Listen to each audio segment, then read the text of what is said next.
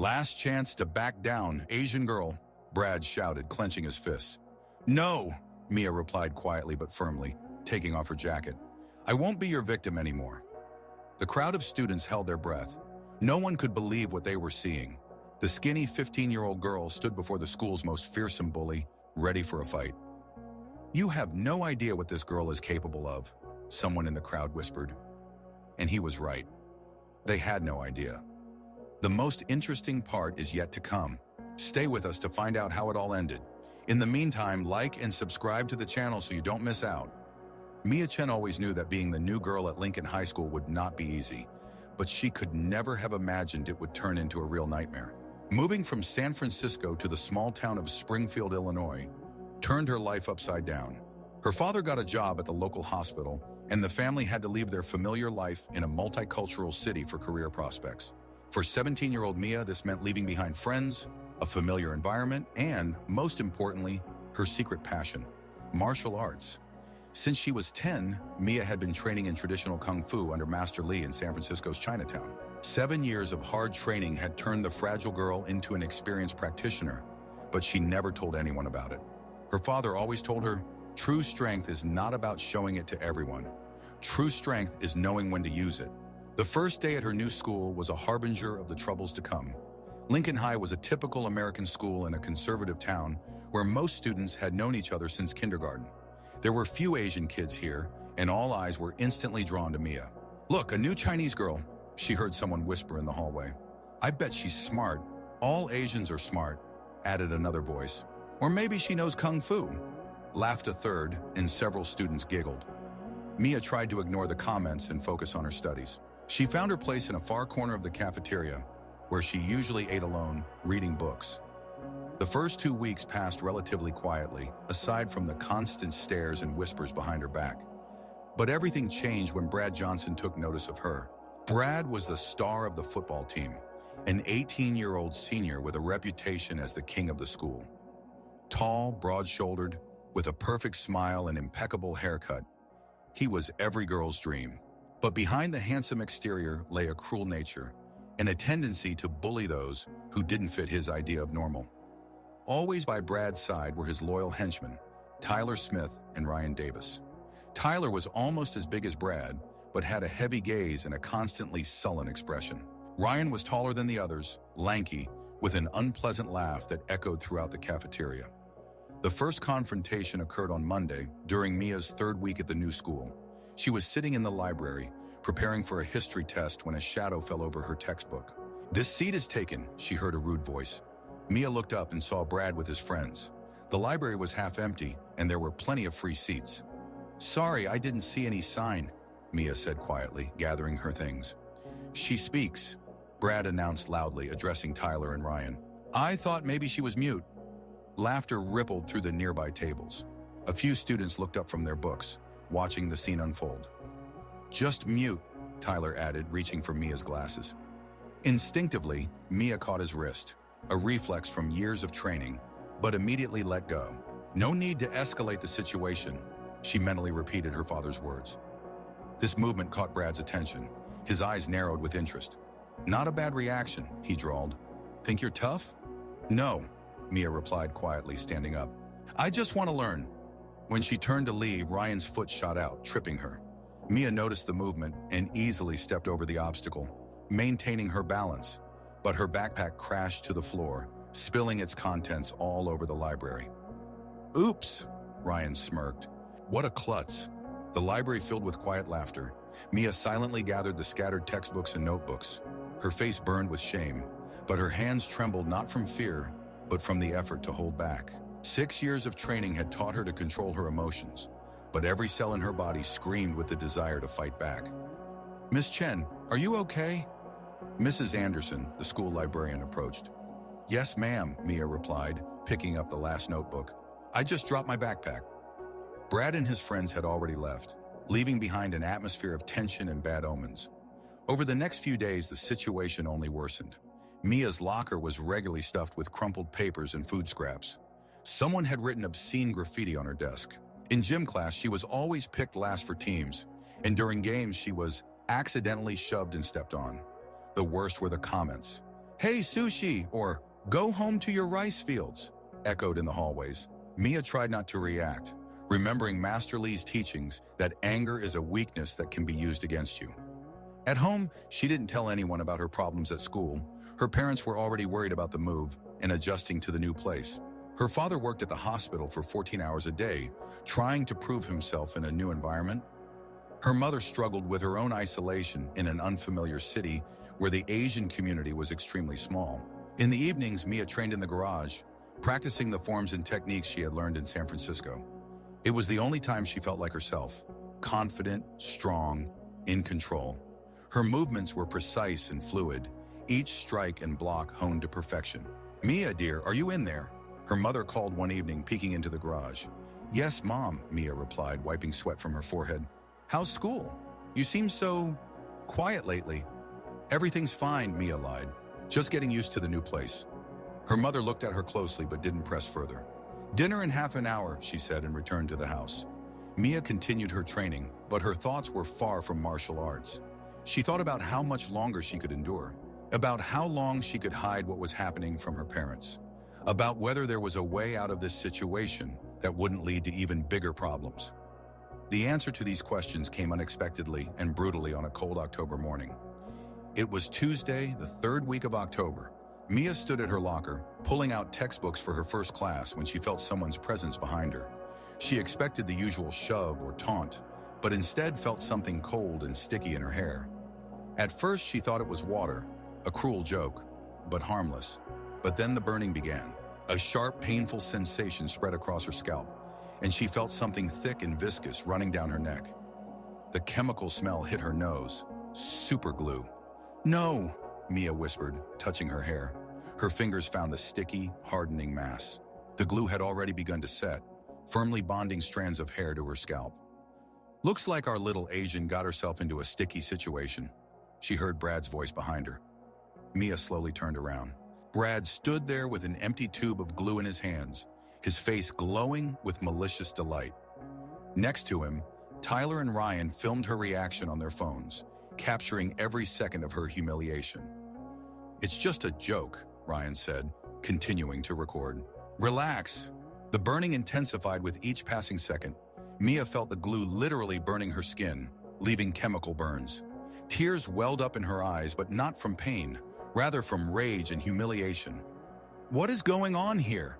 A sharp voice made everyone turn around. Mr. Thompson, the assistant principal, was squeezing through the crowd of students that had already gathered around the scene. "He poured super glue on my hair," Mia said, pointing at Brad. "It's just a joke," Brad quickly replied, hiding the tube behind his back. "Nothing serious." "Johnson, to my office, immediately," Mr. Thompson ordered. He then turned to Mia. "You need to see the school nurse, right now." The school nurse, Mrs. Patricia Williams, immediately understood the seriousness of the situation. She called Mia's parents and insisted on an immediate visit to the doctor. "Super glue can cause serious skin irritation and contact dermatitis," she explained to Mia's mother over the phone. "She needs medical attention." Mia's mother arrived at the school in tears. Seeing her daughter with hair glued into a hard mass stuck to her scalp, she could barely hold back her sobs. "My baby," she whispered, hugging Mia. "Who could do such a thing?" The drive to the hospital was silent. Mia sat in the back seat, carefully holding her head to avoid worsening the pain. Every movement caused suffering. The glue not only stuck her hair to her skin, but also pulled at the skin, creating excruciating tension. In the emergency room, Dr. Martinez, a young doctor with kind eyes, examined the injuries.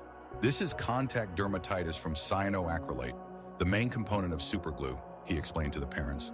"The skin is inflamed and irritated. Fortunately, there are no serious chemical burns, but the removal process will be painful. The hair will have to be cut. There is no other way to remove the glue." "All her hair?" the mother asked, her voice trembling. "I'm afraid so. The glue has penetrated deep into the hair structure. If we try to remove it in any other way, it will only worsen the skin damage." The hair removal procedure took 2 hours. The doctor worked as carefully as possible, using special solvents to soften the glue, but the pain was unbearable. Mia squeezed her mother's hand so tightly that she left nail marks on her palm. When it was all over, Mia looked at herself in the mirror and did not recognize her reflection. Instead of the long black hair that had been her pride, Only short, uneven strands and red inflamed patches of skin remained on her head. "Sweetheart, your hair will grow back," her mother comforted her, but her own eyes were filled with tears. "It's not about the hair," Mia said quietly. "It's about the fact that they filmed it. Now the whole school will see." And she was right. By evening, the video had already spread across the school's social media. Students were forwarding it to each other in messengers, commenting and laughing. Some even added offensive captions like, "The Asian girl got what she deserved," or "Welcome to America." Mia's father, Dr. James Chen, came home late in the evening and was furious when he learned what had happened. "We are filing a police report," he declared, pacing the living room. "This is an assault with a chemical substance. This is not schoolyard bullying. This is a crime." "Dad, that will only make things worse," Mia weakly protested. "No, sweetheart. There are things you cannot tolerate. That boy must be punished for what he did." The next day, Mia's parents met with the school principal, Mr. Robert Hayes. He was a middle-aged man with gray hair and the weary look of someone who had seen too many school problems. "We conducted an investigation," he began as the Chen family sat in his office. "Brad Johnson admitted to what he did. We are suspending him for a week and requiring mandatory counseling with the school psychologist." "A week?" Mia's father couldn't believe it. "For an assault using a chemical substance that resulted in injury? A week? Mr. Chen, I understand your outrage, but we must follow established procedures for minors. This is a serious punishment within the school disciplinary system." "Is he remorseful?" Mia's mother's voice trembled with emotion. "He filmed my daughter's humiliation." "How can we talk about remorse? The phone was with his friend." The principal tried to justify himself. "Brad didn't take it himself." "That doesn't matter," the father interjected. "He organized this attack. He must bear full responsibility." The principal sighed. "I understand your feelings, but 3 days of suspension is a serious punishment in our system. Moreover, Brad has agreed to write an apology letter." "An apology letter?" Mia spoke for the first time since they entered the office. "Mr. Hayes, I have chemical burns on my head. I had to shave all my hair off. The video of my humiliation is spreading throughout the school. And you think a letter of apology will fix this?" The principal looked at her with sympathy, but his position remained unchanged. "Mia, I know this is hard, but we cannot be guided solely by emotions. There are procedures we must follow." "What about the other students?" the mother asked. "The ones who filmed and spread the video?" "We spoke with them. They deleted the video from their phones." "But the damage is already done," the father said. "The video has been seen by hundreds of people." After the meeting with the principal, the Chen family was more than disappointed. It became clear that the school did not take what happened as seriously as it should have. "They are protecting him," the mother said on the way home. "Brad comes from an influential family. His father funds the school's sports programs." "Then we will go to the police," the father declared resolutely. But there too they faced disappointment. Officer Martin, who took their statement, treated the situation seriously but explained the limitations. "You see, while what the boy did is definitely an assault, proving intent to cause serious harm is difficult, especially when it involves minors," he explained. "We can classify this as simple assault or bullying. Given his age and lack of a criminal record, he will most likely receive community service and mandatory counseling." Mia listened to the adults' conversation and felt a cold fury growing inside her. Not the hot anger that drives one to act impulsively, but a cold, calculated rage that demands justice. That night she lay in bed, gently touching her bandaged head, and thought about what had happened, about how helpless she felt, about how all the adults who were supposed to protect her turned out to be powerless or unwilling to act. "Enough is enough," she whispered into the darkness. The next day, Mia did not go to school. Her parents decided that she needed time to recover, both physically and emotionally, but Mia used that day differently. She traveled to a sports center on the other side of town where she found a martial arts gym. The coach, Mr. Carlos Rodriguez, a former mixed martial arts fighter, watched in amazement as the fragile Asian girl demonstrated advanced kung fu techniques. "Where did you learn this?" he asked when Mia finished her demonstration. "In San Francisco, from Master Lee."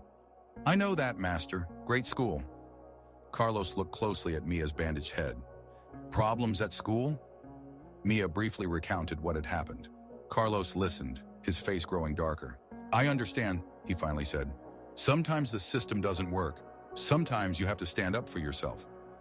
My father always said that fighting is a last resort. Your father is a wise man, but when all other means are exhausted, when you are cornered, then you have the right to defend yourself. Carlos conducted a private training session with Mia, focusing on adapting her kung fu techniques to real-life self-defense situations. Kung fu is beautiful, he explained, but in a real fight, you need to be ready for the opponent not to follow the rules. They will fight dirty, using their size and weight. They practice defenses against grabs, ways to use the opponent's momentum against them, and distance control techniques. Remember, Carlos said at the end of the training, the goal is not to cause maximum harm. The goal is to stop the threat and show that you are not a victim. That evening, Mia received a message from her classmate, Emily, one of the few students who treated her kindly. Mia, Brad is coming back to school tomorrow. He's bragging that he only got 3 days for a little joke. He says you know your place now. Be careful. Mia stared at the message for a long time. Then she wrote a reply. Thanks for the heads up. See you tomorrow. The next morning, Mia got up earlier than usual. She put on dark jeans and a simple black t-shirt, clothes that didn't restrict her movements. Instead of glasses, she put in contact lenses. She pulled a dark baseball cap over her head to hide the bandages. Are you sure you're ready to go back? Her mother asked at breakfast. Yes, Mia replied firmly. I'm not hiding anymore. The entrance to the school felt like walking through a minefield. Conversations quieted as Mia passed by. Eyes followed her. She heard whispers. That's the girl. The one they poured glue on. Did you see the video? But Mia walked straight, not looking down, not trying to become invisible. 6 years of training had taught her to hold herself confidently, and now she was using those skills to the fullest. In her usual seat in the first English class, she sat down. When Brad and his friends entered, a tense silence fell over the classroom. Brad looked at Mia and smirked. Oh, look who's back, he said loudly. How's your new haircut, Asian? A few students nervously laughed. Mia turned and looked directly at Brad. My name is Mia, she said calmly, and I like my haircut. It's very practical. Surprise flickered in Brad's eyes. He clearly expected tears or fear, but not calm confidence. By lunchtime, it was clear that nothing had changed. The video of the glue incident continued to circulate, despite promises to take it down. Some students even created memes based on it.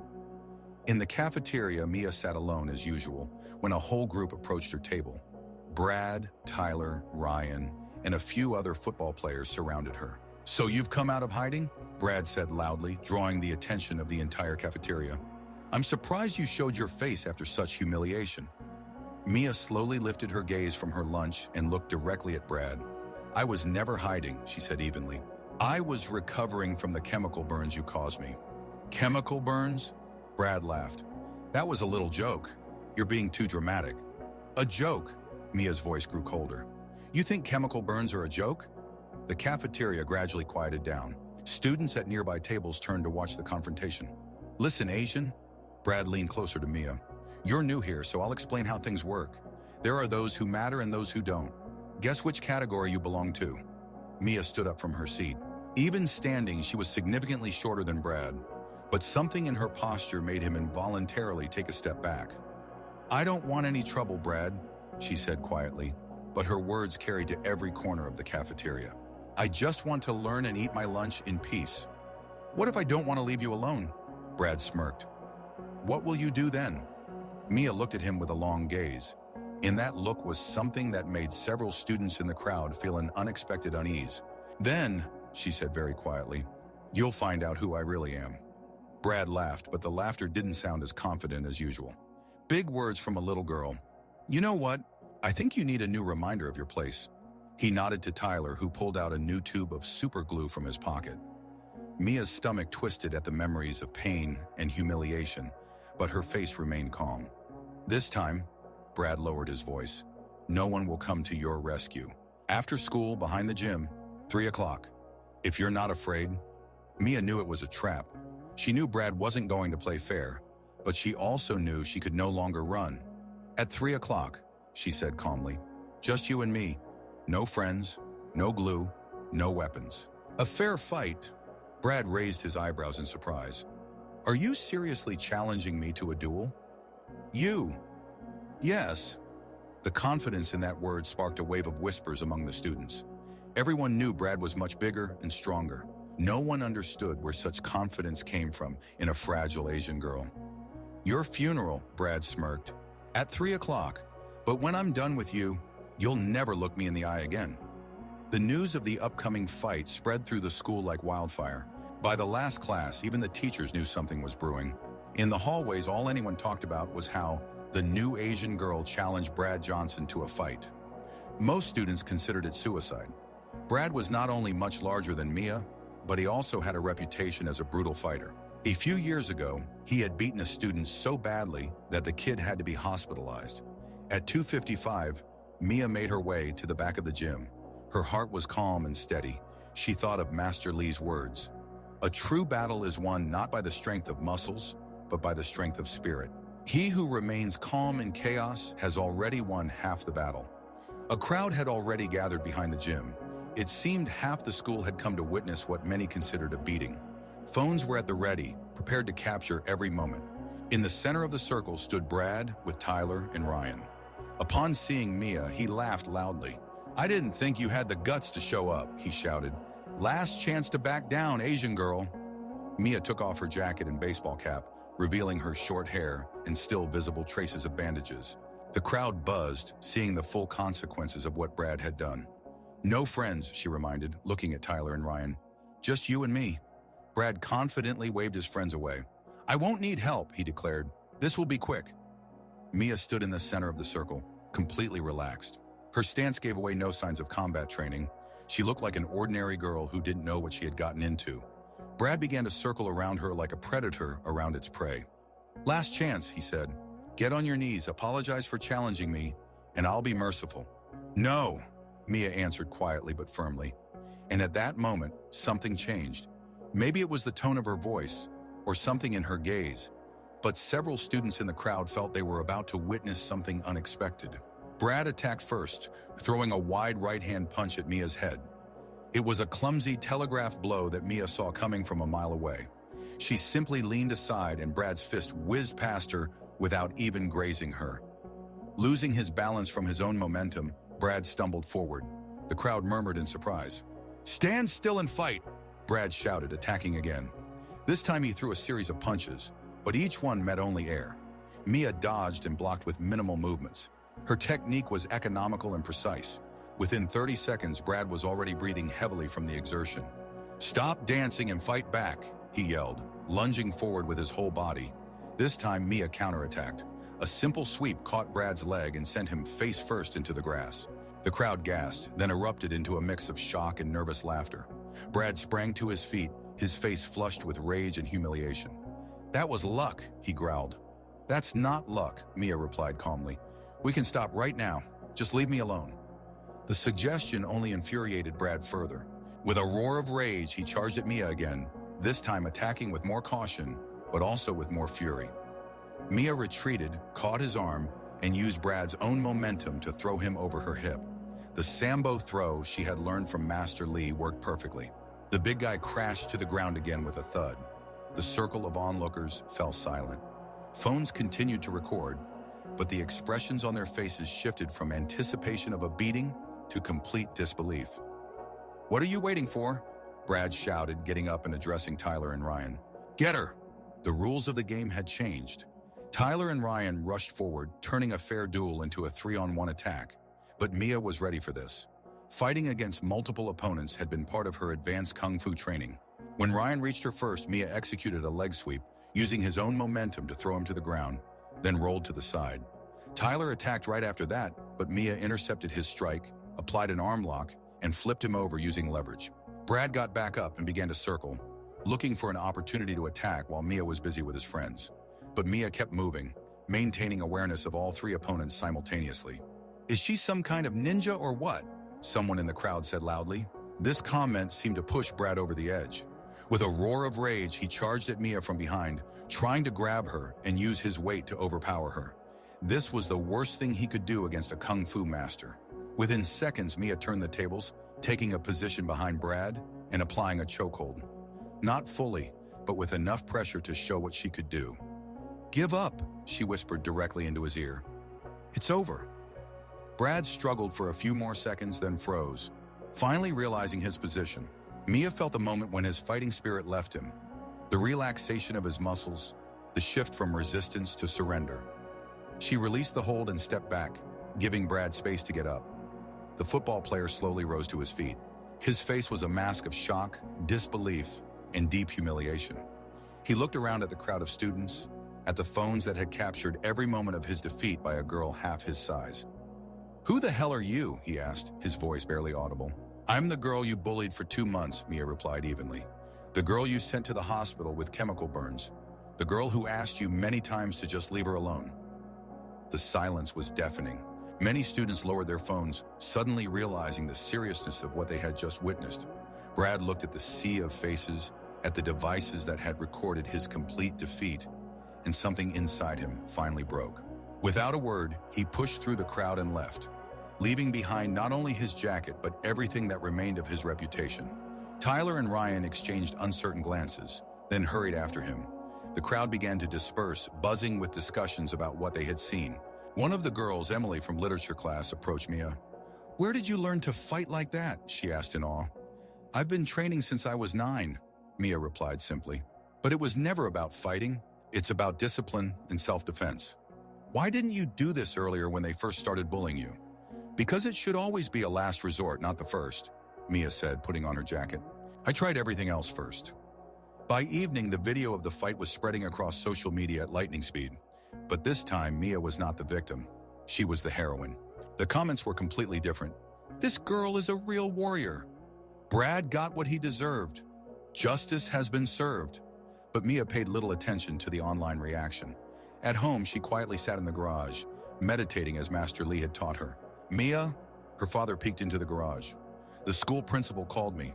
He said there was a fight." Mia told her father what had happened. He listened silently, and when she finished, he hugged his daughter. "Do you remember what I told you about fighting? That it should be a last resort." "Exactly. And today you have reached that point. You defended yourself with honor and dignity. I am proud of you." The next day, the school felt like a completely different place. Students who had never spoken to Mia before greeted her in the hallways. Teachers looked at her with a mix of respect and slight concern. Brad, Tyler, and Ryan were absent. Brad's parents transferred him to a private school after the videos of both incidents went viral across the state. The school principal called Mia to his office in the afternoon. She expected suspension or even expulsion for the fight on school grounds. Instead, she found her parents, the school district superintendent, Dr. Susan Black, and the school lawyer in the office. "Mia," the principal began, "we're not here to punish you. We're here to discuss how to move forward constructively." The viral videos had created a crisis for the entire school district. Parents and community members demanded explanations for why the superglue incident had not been taken seriously from the start. "We acknowledge that there were serious shortcomings in how we handled the initial situation," Dr. Black said. "We are implementing new anti-bullying protocols." "A little late for our daughter," Mia's father remarked. "Yes," the superintendent admitted honestly. "That's why we're here. We want to make things right." Making things right included covering all of Mia's medical expenses, an official record stating that she acted in self-defense, and an invitation to help develop a new anti-bullying initiative. "You showed remarkable restraint and maturity," Dr. Black said. "These are exactly the qualities we need in student leaders." "I will help," Mia said, "but it has to be real change, not just a show." In the following days, the school truly began to change. The new anti-bullying program included real policy changes, teacher training, and a peer support system. Mia found herself at the center of these changes. She even started a self-defense club with Mr. Rodriguez as the instructor, brought in from the sports center. But the most unexpected change happened on Friday of that same week. Mia was standing by her locker when Ryan approached her uncertainly. "Hi," he awkwardly said. "Hi," Mia replied cautiously but not hostilely.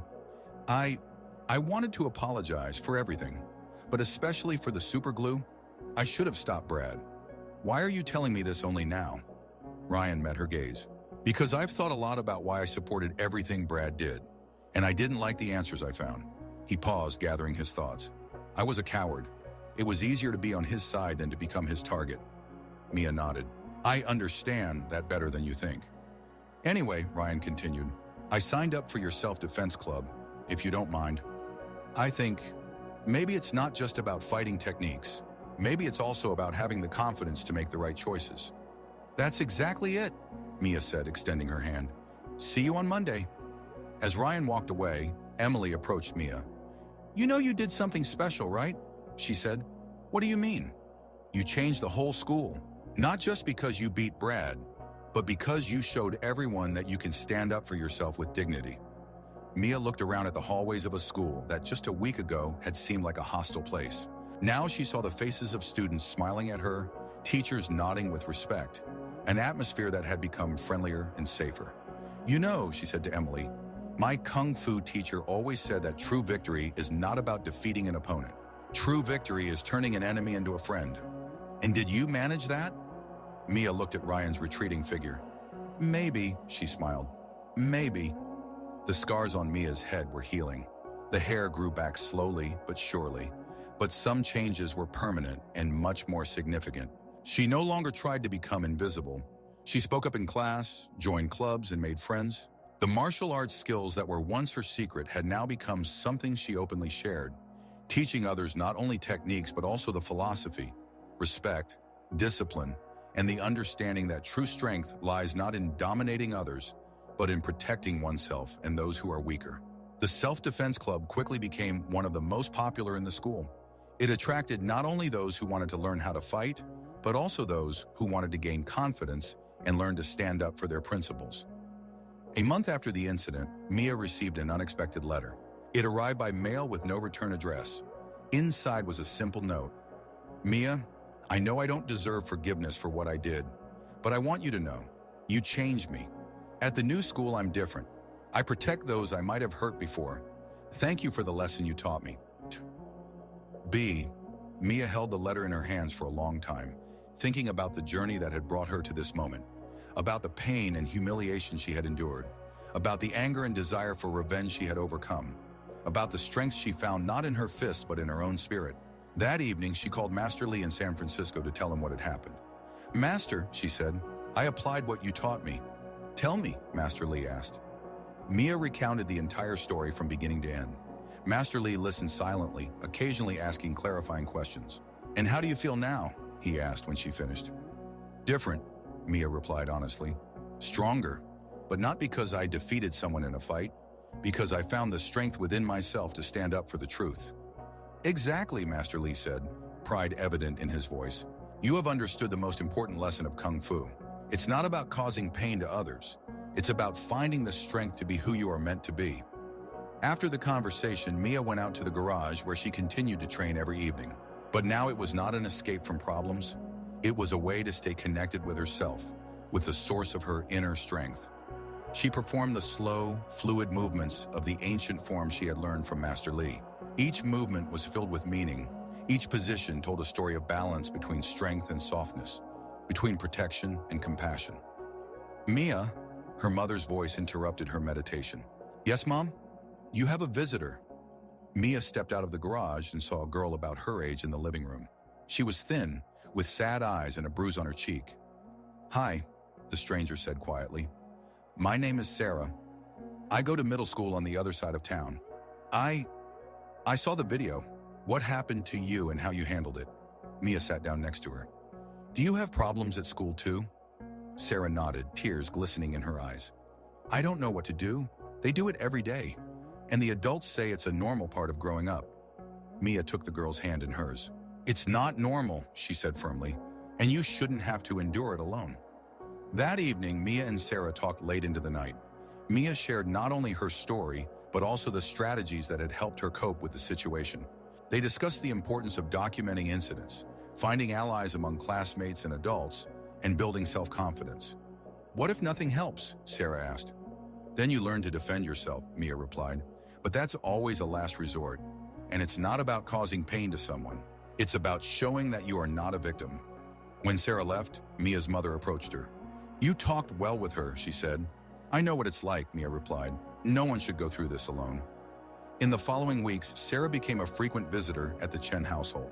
Mia started teaching her the basics of self-defense in the garage.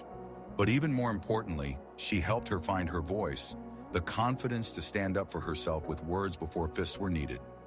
Gradually, other girls and boys from different schools in the district joined them.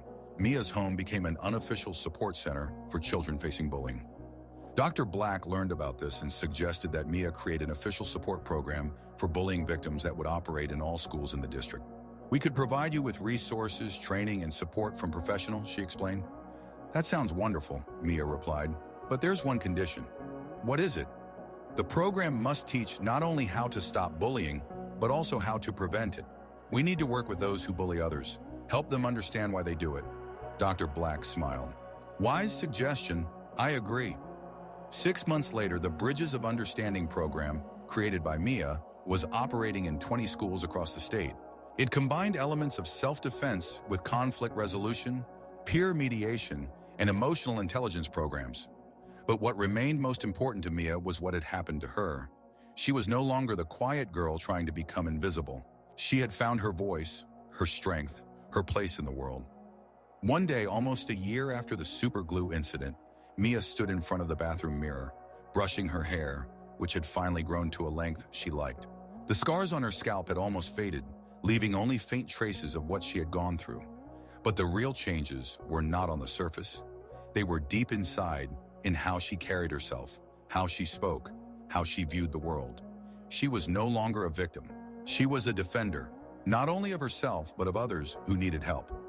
At school, she was respected, not because she could fight, but because she used her strength to protect the weak, to create justice where it was lacking.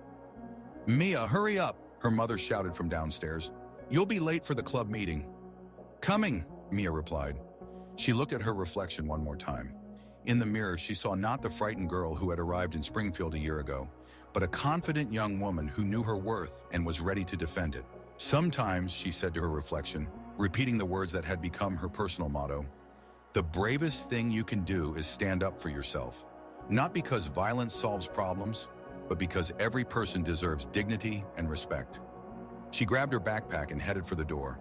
Ahead of her was another day of working with children who needed someone to show them the way from fear to strength, from victimhood to victory. And Mia was ready to show them that path because she had walked it herself to the end. The moment she stepped out of the house, a message came through on her phone from Sarah, who was now the leader of the Bridges of Understanding program at her school. Mia, today I helped another girl find her voice. Thank you for showing me what's possible. You've changed not only my life, but the lives of all those we can now protect. Mia smiled, putting her phone in her pocket. She thought about the long chain of changes that had begun with one moment of courage, one decision to no longer be a victim. Sometimes one action can change everything.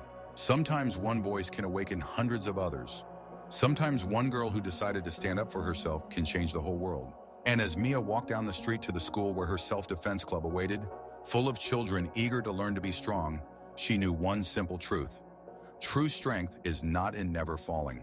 True strength is in always finding a way to rise. But fate had one more challenge in store for Mia. On the day she walked to school with a smile on her face, thinking about how her life had changed, she had no idea that a few blocks away, Brad Johnson was sitting in his father's car, clutching a printout of an article from the local newspaper. Asian student creates revolutionary anti-bullying program, read the headline. Below it was a large photograph of Mia receiving an award from the city mayor for her work with the Bridges of Understanding program. Brad's face contorted with rage. A year in private school hadn't changed him. If anything, the isolation from the consequences of his actions had only intensified his resentment.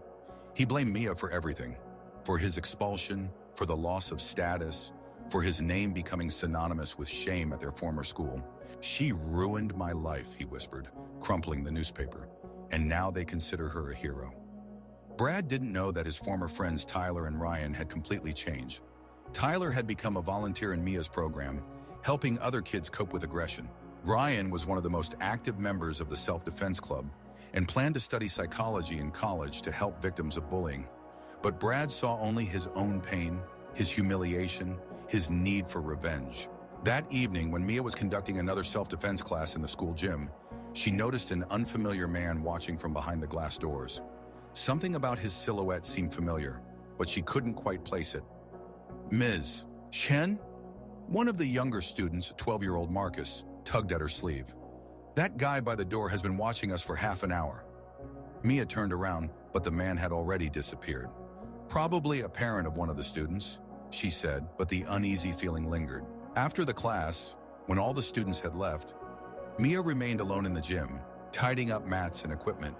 She was so absorbed in her work that she didn't notice someone had entered the hall. "Long time no see, Asian."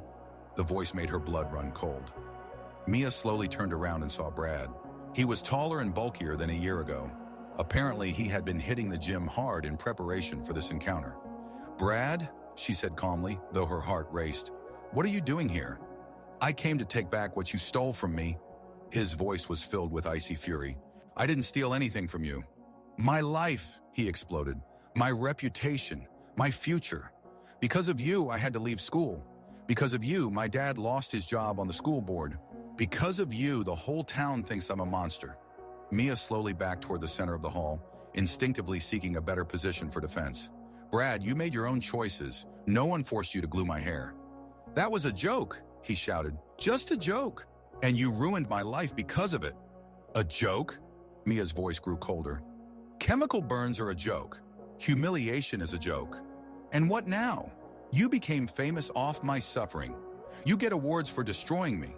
Brad began to approach, and Mia realized he hadn't come to talk. There was a threat in his movements, a thirst for revenge in his eyes. "Brad, don't do anything stupid," she warned. "Leave now, and we'll forget this conversation." "Forget?" He laughed, but the laughter was filled with pain and anger. "I haven't stopped thinking for a second about how you humiliated me. You know what I've been doing all this time? Training, studying martial arts, preparing for this moment." He took off his jacket, and Mia saw that his hands were covered in bruises and calluses from intense training. He was no longer the clumsy bully she had fought a few months ago. He had become dangerous. "Now everything will be different," Brad growled. "Now I'll show everyone who the real warrior is." He attacked without warning, but his movements were more controlled than before. Mia barely managed to dodge a blow that could have seriously injured her. "You've been studying boxing," she noted, analyzing his stance. "Boxing, kickboxing, jiu-jitsu," he replied, circling around her. "I've been preparing for this all year." The next attack was more dangerous. Brad combined punches with kicks, forcing Mia to work at her limit. He was stronger, heavier, and now he had technique. But Mia had something he didn't: calmness and wisdom. A year of working with children affected by bullying had taught her not only to protect her body, but also to understand the pain of the soul. "Brad," she said, blocking a series of strikes, "this won't fix your pain." "Shut up." He increased the intensity of his attack. "Do you think that if you beat me, you'll feel better? Do you think this will earn you respect back?" "I said shut up." But Mia kept talking, even dodging his blows. "You know what I learned this year? That people who hurt others are suffering the most themselves." Brad paused for a moment, his breathing heavy. "You don't know what I've been through." "Then tell me." Mia lowered her hands, taking a less defensive position. "Tell me what made you think that the only way to feel strong is to humiliate others." Brad hesitated. Something like confusion flickered across his face. "What happened to you, Brad?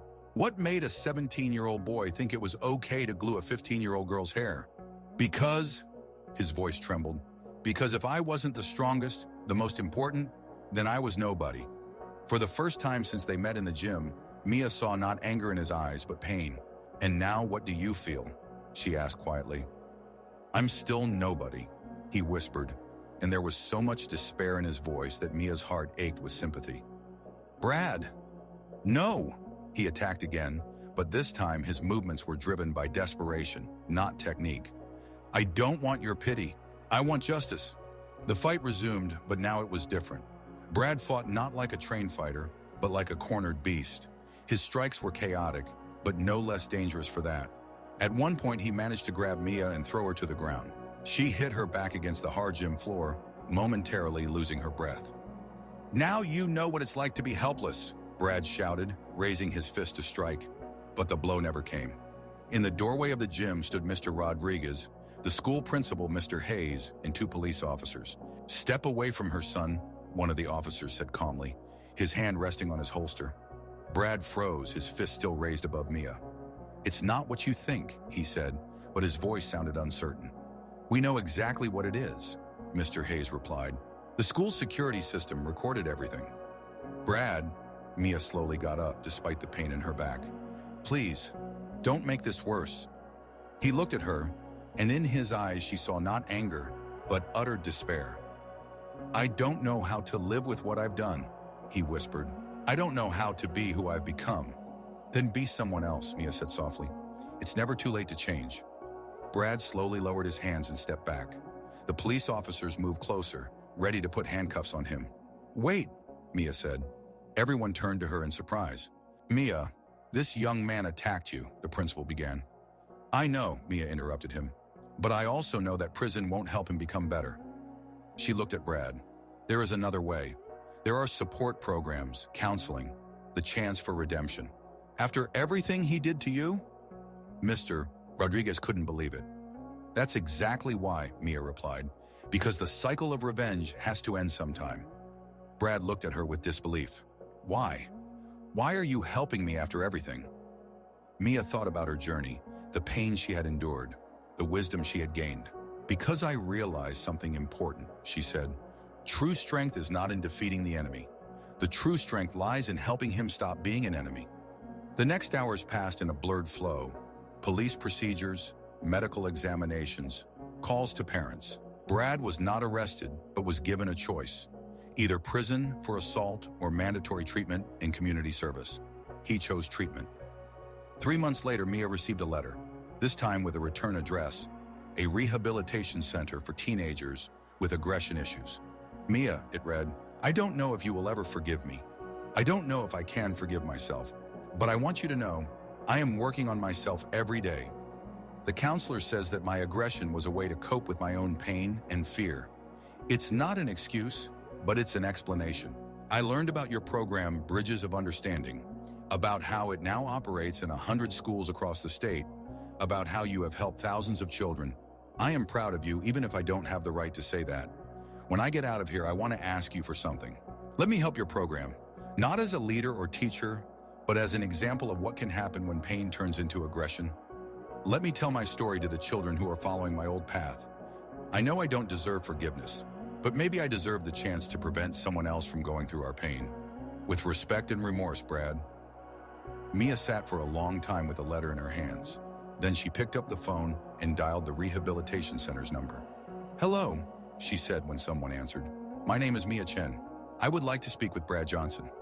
6 months later, Brad stood before a group of high school seniors in the Lincoln High Auditorium. Next to him sat Mia. My name is Brad Johnson, he began, his voice trembling with emotion. 2 years ago, I did something terrible. I hurt a girl who never did anything bad to me. I did it because she was different, because I was weak and thought that hurting others would make me strong. The hall listened in absolute silence. I want to tell you my story, not for you to forgive me. I want to tell it so that you never repeat my mistakes. He shared everything, about his own fears and insecurities, how he used aggression as a shield, the destructive consequences of his actions, not only for Mia, but for himself as well. The scariest thing, he said at the end, is that I could have killed something beautiful in another person. Fortunately, Mia turned out to be stronger than my anger, but not everyone is that strong. When he finished, there was silence in the hall. Then a girl raised her hand. What now? How do you live with what you did? Brad looked at Mia, who nodded at him encouragingly. Every day I choose to be better than I was yesterday, he replied. Every day I try to make amends for at least some of the harm I caused. And every day I remember that my actions have consequences not only for others, but for me as well. After the presentation, the same girl approached Mia. How could you forgive him? She asked. Mia smiled. I realized that forgiveness is not a gift I give him. It's a gift I give myself. As long as I held on to anger, it poisoned my life. Forgiveness set me free. What if he hadn't changed? Then I would have forgiven him anyway, Mia replied, because my forgiveness does not depend on his changes. It depends on my choice not to let his actions define my life. That night, Mia stood in her garage performing familiar kung fu forms. The movements were smooth and meditative, each position telling a story of balance and harmony. Mia? Her father peeked into the garage. Hi, Dad. How did the presentation go? Well, she answered, finishing the form. Hard, but good. Her father stepped closer. I'm proud of you, he said, not just for being strong, but for being wise. Master Li always said that true mastery of kung fu is not about winning fights. True mastery lies in turning enemies into friends. And do you think Brad has become your friend? Mia pondered. Not a friend, she finally said, but he is no longer an enemy. And for me, that is enough.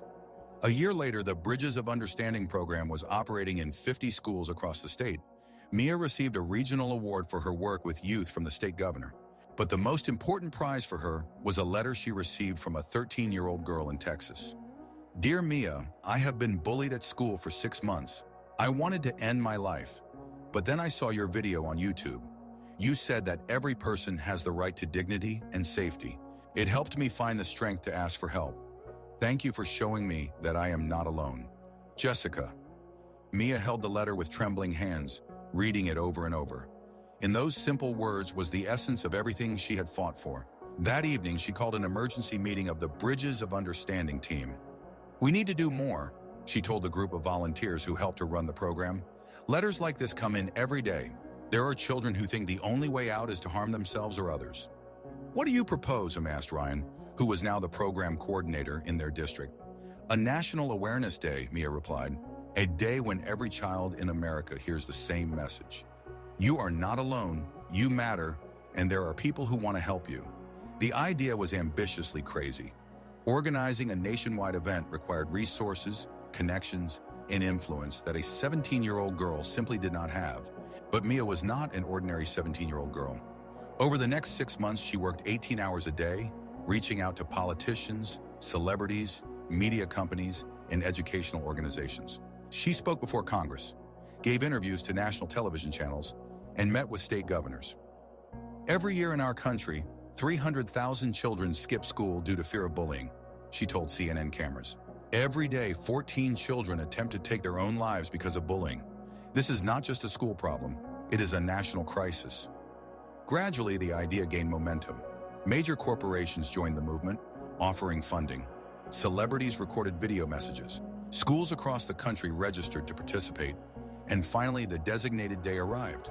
April 15th, Anti-Bullying Solidarity Day. At 7 a.m. Eastern Time, as the first schools on the East Coast were just starting their day, Mia stood in a local television studio in Chicago. Today is a special day, she began the live broadcast, which was simultaneously aired on regional channels in several states. Today, we are telling every child in our region, you are not alone. At that moment, in 2,000 schools across the Midwest, hundreds of thousands of children were listening to the same message. You may feel powerless right now. It may seem like no one understands your pain. You may think that the only way out is to harm yourself or someone else. Mia's voice was calm, but it carried a strength born from her own experience of overcoming. But I want you to know the truth. You are stronger than you think. You matter more than you realize. And you are never, ever alone. The studio was silent, her voice echoing through the airwaves to millions of listeners. 3 years ago, I was just like many of you. I was a target for bullies. I was humiliated, physically hurt, made to feel worthless. I thought it would never end. She paused, gathering her thoughts. But I want to share with you a secret that changed my life. True strength is not about being the biggest or the loudest. True strength is knowing your worth and standing up for it. The true strength lies in standing up and saying, I will not be treated like this anymore. Across the country, children listened, holding their breath. But the most important thing is that true strength lies in reaching out to those in need, in being a voice for those who have lost theirs, in being a light in the darkness for those who have lost it. At that moment, a stack of letters was brought into the studio. Hundreds, thousands of messages from children all over the country that had been received in the last few hours. At this moment, Mia continued, millions of children across the country are making the same choice. The choice not to be indifferent, the choice not to remain silent, the choice to be part of the solution. She randomly picked one of the letters. Tommy from Ohio writes, I promise to stop teasing Michael for his stutter. Instead, I will protect him. Another letter. Sarah from California, I will tell the adults that Jessica is being bullied in our class. I will no longer remain silent. The letters kept coming, and Mia read them one after another, each a child's promise to be better, stronger, kinder. This is the true revolution, she said, looking straight into the camera. Not a revolution of power or revenge, a revolution of compassion, a revolution of courage, a revolution of hope. But suddenly her voice trembled. A special message was brought into the studio, a letter from a girl named Jessica from Texas, the very Jessica who had written about her thoughts of suicide a year ago. Dear Mia, she read, and tears began to well up in her eyes. A year ago, I wanted to die. Today, I want to live. Not just live, but help others find reasons to live. I started a support club at my school. We already have 20 members. We call ourselves Bridges of Hope. Thank you for saving my life, even without knowing it. Mia could no longer hold back her emotions. Tears streamed down her face, but she continued to speak. Jessica, she whispered, thank you for choosing life. Thank you for being a bridge of hope for others. She looked into the camera, and millions of children across the country saw not only strength in her eyes, but also deep humanity. Each of you can be a bridge, she said with a voice trembling with emotion.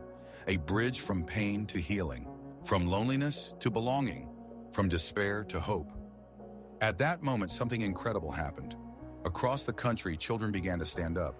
In classrooms, auditoriums, gymnasiums, millions of students rose from their seats in a show of solidarity. Stand up, Mia whispered, and her whisper spread across the nation. Stand up for those who cannot stand up for themselves. Stand up for justice. Stand up for love. And they stood. Everyone, teachers, principals, parents watching the broadcast at work, even adults on the street stopped and stood up, seeing the broadcast in store windows. Today, Mia said, now also standing, we make a promise that no child will be left alone in their pain again. A promise that we will build a world where every person knows their worth. The camera slowly pulled back, showing Mia standing in the studio, a small figure of a girl who had become the voice for millions. My name is Mia Chen, she concluded. 3 years ago, I was a scared victim. Today, I stand before you as proof that each of us can change the world. Not tomorrow, not someday later. Now. The screen darkened, but across the region, no one moved. In the silence that followed, one could hear the world changing. That day, reports of bullying in schools in the region decreased by 30%. Calls to teen helplines doubled, but these were calls for help, not from despair. But most importantly, hundreds of thousands of children felt for the first time in a long time that they were not alone. Late that night, Mia sat in her hotel room in New York, reading the stream of messages that continued to come in. Each letter was a story of change, a promise to be better, a thank you for hope. The phone rang. It was her father. Mia, sweetheart, are you okay? Yes, Dad, she replied softly. I'm okay. We watched the broadcast. Mom is crying from pride. So am I. Mia smiled through her tears. Do you remember what you told me when I was 9 and just starting to learn Kung Fu? That true strength isn't about proving something to others, but about knowing your capabilities and using them when necessary, she finished. Today was necessary, Dad. Yes, sweetheart, today was necessary. After the conversation, Mia stepped out onto the hotel balcony and looked at the lights of New York City. Somewhere in this ocean of light were children who would go to bed tonight for the first time in a long while, with hope in their hearts. She thought about her journey, from a frightened victim to a national leader in the anti-bullying movement, about the pain she had endured and the strength she had found, about how one act of courage can create waves of change that reach the farthest shores. Her phone vibrated in her pocket. Another message, this time from an unknown number. Mia, it's Brad. I watched the broadcast from the rehabilitation center with the other guys. When you talked about forgiveness and second chances, I thought about how far we've both come. You've become a national hero. I've become a better person. Thank you for showing me that change is possible. Your former enemy, and now, I hope, an ally in the fight for a better world. Mia smiled as she looked at the message. Full circle.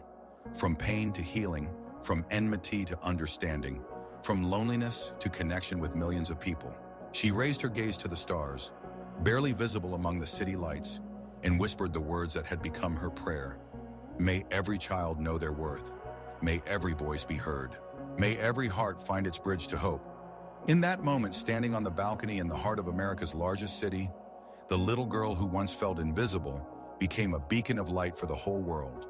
But this day was just the beginning. In the hours following the broadcast, something unprecedented happened in the history of social movements. The hashtag #Bridges of Hope became the most popular in the world, garnering over 50 million mentions in the first 24 hours. Children from around the globe began sharing their stories, not just from America, but from Canada, the UK, Australia, even from countries where English was a second language. Stories were translated into dozens of languages, creating a global wave of understanding and empathy. Maria from Mexico wrote, "In our school, there's a boy named Carlos who gets bullied for being poor. After watching Mia's broadcast, our whole class raised money to buy him a new school uniform. When we gave it to him, he cried. But those were tears of joy." Anna from Germany shared, "I bullied a girl named Gretel for her accent. After today, I approached her and apologized. We talked for 3 hours. It turns out her family are refugees, and she just wanted to make friends. Now we're best friends." Hiroshi from Japan wrote a long letter about the culture of ijime, Japanese bullying, that drove him to attempt suicide. Mia's words that we are not alone reached even Tokyo. "I started a support group at my school. We already have 50 members. But the most astonishing story came from an unexpected place, a juvenile detention center in Texas. 17-year-old Marcus Jones was incarcerated for assaulting a classmate, which he committed after months of bullying. His letter arrived a week after the broadcast. "Ms. Chen, my name is Marcus. I'm in prison for beating up a boy who tormented me for 2 years. I thought violence was the only way to stop the pain. I was wrong. We were forced to watch your broadcast in the prison library. When you spoke about true strength being in forgiveness, not revenge, I cried for the first time in 2 years. I wrote a letter to Danny, the boy I beat up. I apologized. I didn't expect a response, but he wrote back to me. It turns out he was bullying me because his father was hitting him at home. We were both victims, causing each other pain. Now we are corresponding. When I get out in 6 months, we want to create a program for kids in our neighborhood together. A program that will show them there is another way besides violence. Thank you for showing me that even someone like me can change." Mia read Marcus's letter in her hotel room, and tears streamed down her cheeks like a river. Each story was proof that one message of hope can reach the darkest corners and ignite light where it has long been absent. But the personal cost of this triumph was enormous. In the 2 weeks following the broadcast, Mia received over 100,000 letters. Each demanded attention, each told a story of pain and hope. She read them all, responded to each one personally, and it was physically and emotionally exhausting. "Mia, dear, you have to eat," her mother pleaded when Mia once again skipped dinner, absorbed in reading letters from children. "Mom, I can't stop," Mia replied, pointing to the stacks of envelopes. "Each letter is someone's life. Someone is counting on a response. But you are destroying your own health." Mia looked in the mirror and saw that her mother was right. In 2 weeks, she had lost weight, dark circles appeared under her eyes, and her hands trembled from fatigue. But then she read a letter that changed everything. It was from an 8-year-old girl named Emma from a small town in Montana. "Dear Mia, my name is Emma. I am 8 years old. I can't write very well, but my mom helps me. The older boys at school say I'm stupid because I read slowly. They laugh when the teacher asks me to read aloud. I watched you on TV with my mom. Mom cried, and I didn't understand why. But then you said that every child is important, even ones like me. I want to ask, if I can't read quickly and I'm not as smart as other kids, am I still important? Mom says yes, but moms always say that. P.S. Mom says I'm special because I have dyslexia. Is that true? With love, Emma." Mom helped write some hard words. Mia held the letter with trembling hands. 8 years old. This girl was 3 years younger than Mia when she first faced bullying, and she was already doubting her worth. At that moment, Mia realized she couldn't do this alone. The scale of the problem required not individual heroism, but systemic change. The next day, she called a press conference. 2 weeks ago, we held a day of solidarity against bullying, she began, standing before journalists from around the world. The response exceeded all our expectations, but it also revealed the scale of the problem we face. She showed the stacks of letters that continued to arrive daily. Each of these letters is a cry for help, but I can't respond to all of them personally. No one can. We need a systemic solution. Mia announced the creation of the Bridges of Hope Foundation, a nonprofit organization that would coordinate efforts to combat bullying on an international level. We will train teachers, create support programs, develop early intervention tools, but most importantly, we will listen. Listen to every child who feels alone. By the end of the week, several regional companies and charities joined the foundation, offering to create a platform that would connect children in need of support with trained volunteers. Local celebrities supported the initiative. State politicians offered legislative support. But most importantly, the children themselves were becoming part of the solution. In California, a group of high school students created a kindness patrol, a team of students who specifically sought out lonely children in the cafeteria and invited them to their table. In New York, a middle school introduced empathy hours, weekly sessions where children discuss their feelings and learn to understand the emotions of others. In Chicago, children from low-income neighborhoods created Bridges Across Streets, a program that brought together schools from different social backgrounds for joint projects. But the most touching initiative came from an unexpected place, from a group of children with special needs at a school in Ohio. 12-year-old Michael, a boy with Down syndrome, wrote to Mia, "Dear Mia, my name is Michael. I am a special child. Some kids laugh at me because I don't talk like they do, and I learn slower. But after your day on TV, my teacher, Miss Sarah, told us to create a club of special friends. We invite all children who feel different from everyone else. We have Tommy, who stutters. There's Sarah, who is in a wheelchair. There's Jose, who speaks English poorly, and many others. We meet every week and tell each other what makes us special. Tommy draws beautiful pictures. Sarah knows everything about stars. Jose teaches us Spanish words. Now other kids want to join our club. They say we showed them that being different is good. Thank you for teaching us to love ourselves just the way we are." When Mia read this letter on the next television broadcast, she couldn't hold back her tears.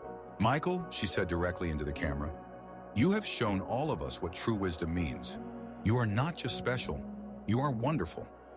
At that moment, something incredible happened live on air. Phones and social media exploded with messages from children with special needs from around the world, who for the first time felt that their differences were their strength. Rachel from Canada, a girl with autism, wrote, "I always thought my autism made me weird, but now I understand. It makes me special. I see the world differently, and that is beautiful." David from Australia, a boy in a wheelchair. "I started a Wheels of Courage club at my school. We show other kids that a disability does not mean inability. I can play basketball better than many walking kids." But the most astonishing letter came from a group of deaf children from a special school in Washington. "Dear Mia, we are deaf children from Gallaudet School. We speak with our hands, but our hearts speak the language of love. We created a video in sign language translating your speech for other deaf children around the world. We want every deaf child to know silence does not mean loneliness. Our teacher says that when you cried on television reading Michael's letter, your tears spoke louder than any words. We understood them without sound. Thank you for showing us that every voice matters, even the one that speaks with hands." Attached to this letter was a video of 20 children performing the song "We Shall Overcome" in sign language. Mia watched it over and over, amazed by the beauty and strength of these silent voices. 3 months after the Day of Solidarity, the Bridges of Hope Foundation was operating in 5 states. The online support platform had over 100,000 users. Bullying statistics in the region's schools dropped by 20%. But for Mia, the most important measure of success was not the numbers, but letters like the one she received from Emma, an 8-year-old girl with dyslexia from Montana. "Dear Mia, it's me again, Emma. Remember I wrote to you 3 months ago? I wanted to know if I mattered, even if I read slowly. Now I know the answer. Yesterday I read a whole book. It took me a week, but I read it from start to finish. It was a book about a little girl who was different from everyone else, but became a hero. My teacher, Mr. Jim, says that dyslexia doesn't make me stupid. It makes my brain special. I think differently, and that's good. Now I help other kids who read slowly. I tell them the same thing you told me. We are all important. P.S. Mom doesn't help me write anymore. I wrote this letter myself. There may be mistakes, but these are my mistakes, and I am proud of them. With love and gratitude, Emma," who now loves to read. Mia read Emma's letter in her office at the foundation's headquarters and cried again. But this time, they were tears of pure joy. Her assistant, 20-year-old Sophie, who herself had been a victim of cyberbullying in her teenage years, peeked into the office. "Mia, you have a meeting with the UN delegation in half an hour. They want to make the Bridges of Hope program part of an international children's rights initiative." "I know," Mia replied, wiping her tears. "Sophie, do you ever think about how we got here?" Sophie smiled. "Every day. 3 years ago, I was lying in a hospital after a suicide attempt due to online bullying. Today I work for an organization that saves children's lives all over the world. If that's not a miracle, I don't know what is." "You know what's the most amazing thing?" Mia said, looking back at Emma's letter. "Miracles don't start with grand gestures. They start when one person decides to reach out to another." That evening, Mia was preparing for the meeting with the UN representatives that could change the lives of millions of children around the world. But before diving into documents and presentations, she did what she had done every evening for 3 years. She took a sheet of paper and wrote a personal letter to Emma. Dear Emma, you wrote that there might be mistakes in your letter, but you are proud of them. You know what? There is not a single mistake in your letter, because it is written from the heart, and the heart never makes mistakes. You asked 3 months ago if you matter. Today I answer, you are not just important, you are incredible. You have shown all of us what it means to turn difficulties into strength. Keep reading, keep dreaming, keep helping other children. The world needs people like you. With endless love and pride, your friend Mia. P.S. I make mistakes every day too. And you know what? I am proud of them as well, because they teach me to be better. The next day, the meeting with the UN went successfully. The Bridges of Hope program became part of the global initiative to protect children from violence and discrimination. But for Mia, the real victory happened a week later when she received a video from Emma. In it, the 8-year-old girl was reading aloud in front of her entire class, slowly but confidently, without fear or embarrassment. This book is about a girl named Mia, Emma said in the video. She showed the whole world that being different is beautiful. Like me, she was scared at first, but then she found her voice and helped millions of children find theirs. The camera showed the faces of Emma's classmates, interested, respectful, supportive. No giggles, no mockery. Just children listening to another child with understanding and compassion. And now, Emma continued, I also want to help other children find their voices, because every voice matters, even if it sounds different. At the end of the video, the whole class stood up and applauded. But the most important thing was not in the applause. The most important thing was in Emma's eyes. Confident, joyful, full of hope. Mia watched the video in her office, surrounded by stacks of letters from children all over the world, plans for international programs, awards and recognition. But at that moment, none of it mattered. Only one 8-year-old girl from a small town in Montana who had learned to love herself just the way she is, mattered. Emma, Mia whispered to the computer screen, you have taught me more than I have taught you. That evening, on her way home after another long day working with the foundation, Mia stopped by the old school, Lincoln High, where it all began 4 years ago. The school was empty, but the gym was lit. She peeked through the window and saw a group of children practicing in the self-defense club she had founded.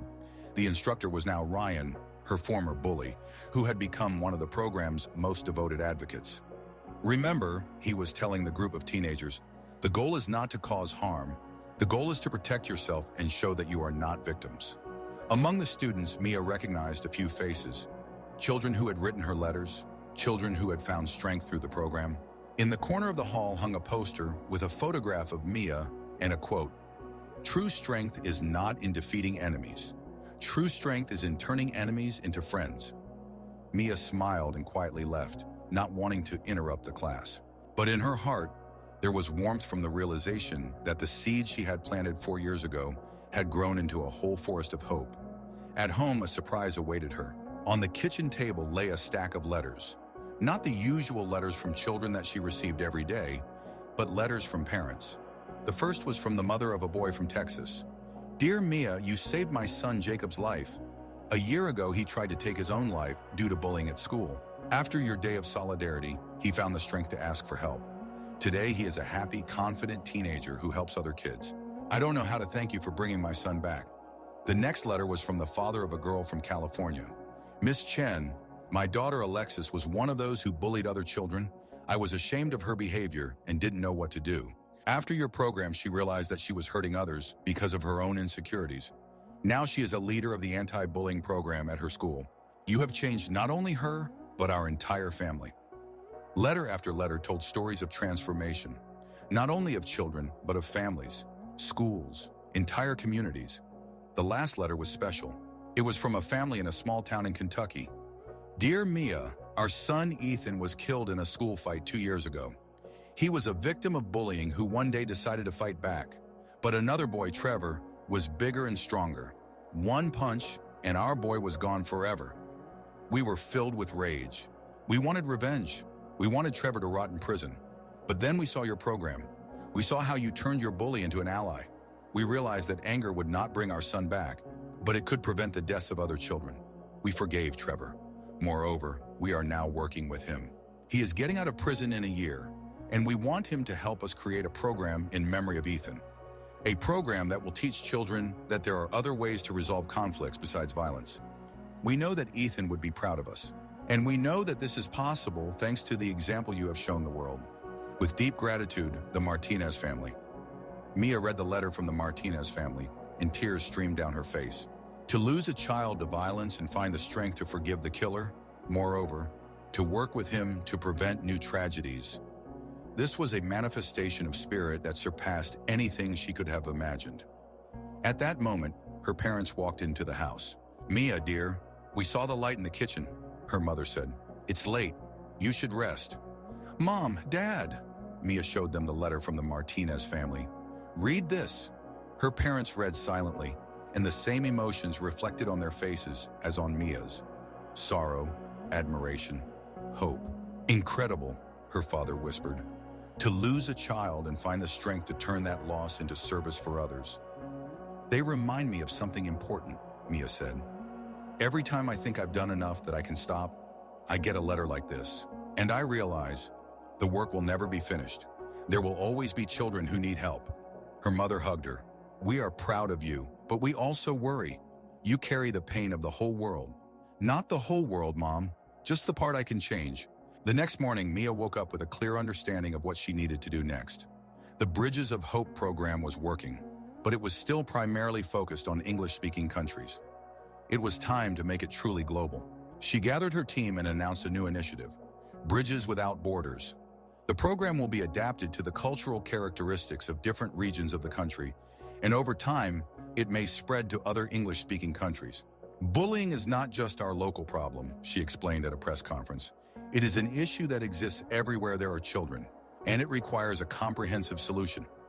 Over the next 2 years, Mia traveled across the country, meeting with children, parents, teachers, and local officials. She spoke in Washington before Congress about the national problem of bullying. She worked with community leaders in Detroit, adapting the program to the issues facing urban youth. She collaborated with activists in Native American reservations, creating a version of the program that took traditional values into account. Each trip brought new revelations about the universality of human pain and the strength of human compassion. In the poor neighborhoods of Los Angeles, she met children who had created a wall of hope, a place where any child could leave a message about their problems, and other children would respond with words of support. In Vermont, she worked with state legislators to create the nation's first law that made emotional support for victims of bullying a responsibility of the school system. In South Africa, she met with activists from the anti-apartheid movement who shared their experiences of turning hatred into understanding. One veteran of the human rights struggle told her, "Young lady, you are doing what we have been trying to do for decades, turning enemies into friends. Keep going. The world needs such bridges."